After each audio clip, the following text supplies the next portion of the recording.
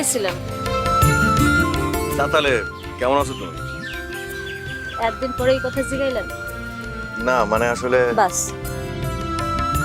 আর খাওয়া লাগবে না। আপনি আসলে পুরান কথা মনে রাখছেন।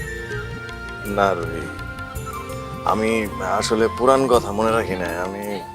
আমার আসলে শরীরের কন্ডিশন খুব খারাপ। আমি এখনো ঠিক হয়ে উঠতে পারি নাই। আমি তোমার ঘটনার ডিসকর্মকে শুনছি, খুবই দুঃখজনক। আর বাদ দেন তো ওইসব কথা, ওইগুলো আমার নামে ছড়ানো হইতাছে। কি কইতেছো? ঘটনা সত্যি না? ঘটনা যদি সত্যি হতো আমরা কি বসে থাকতাম?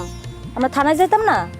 তা অবশ্য ঠিক, কিন্তু আমি শুনছি তোমার নাকি লোক জানাজানির ভয়ে থানায় যাও নাই। আর না না, এরকম কিছু না, এই পুরাটাই মিথ্যা কথা। আমি আসলে ওই দিন কলেজ শেষ করে বাড়ি ফেরার পথে আমার মামা বাড়ি গেছিলাম। ঠিক আছে, আসি। খারান, কথা শেষ হয় নাই তো। কও। কথাটা অন্যভাবে নিয়েন না। দিবা ভাবিরে ঠিক মতো ভালোবাসেন।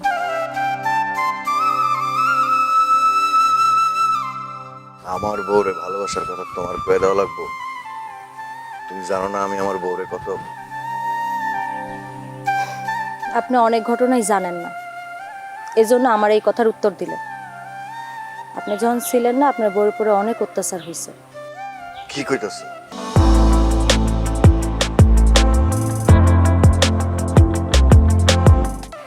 হ, আর এই অত্যাচার করছে আপনার ভাই।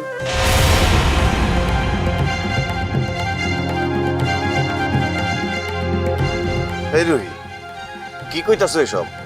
আমার ভাইজান ফেরেশতা মনে করেন আপনার ভাইরে? আপনার একবার বাঁচাইছে হেললেগা? ওইসব ঘটনা ভুইলা যান। উগান্ডা ভাইয়ের কাছে সব ঘটনা শুনেন, তাইলেই বুঝতে পারবেন। তোমারে কি এসব কথা উগান্ডা কইছে? উগান্ডা ভাইয়ের কওয়া লাগবে কি লিগা? আমার চোখ নাই? আমি দেখি নাই? আমি সবই দেখছি। দিবা ভাবি খালি বৈশা বৈশা কাঁদছে। এই উগান্ডা ভাই যদি দিবা ভাবির পিছনে না থাকতো, আপনি এসে আপনার বোরে পাইতেন, আপনার সবকিছু বেদখল হইতো। কি কইতাছো এসব?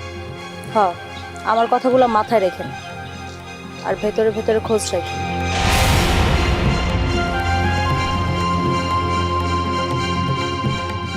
আমি যাই।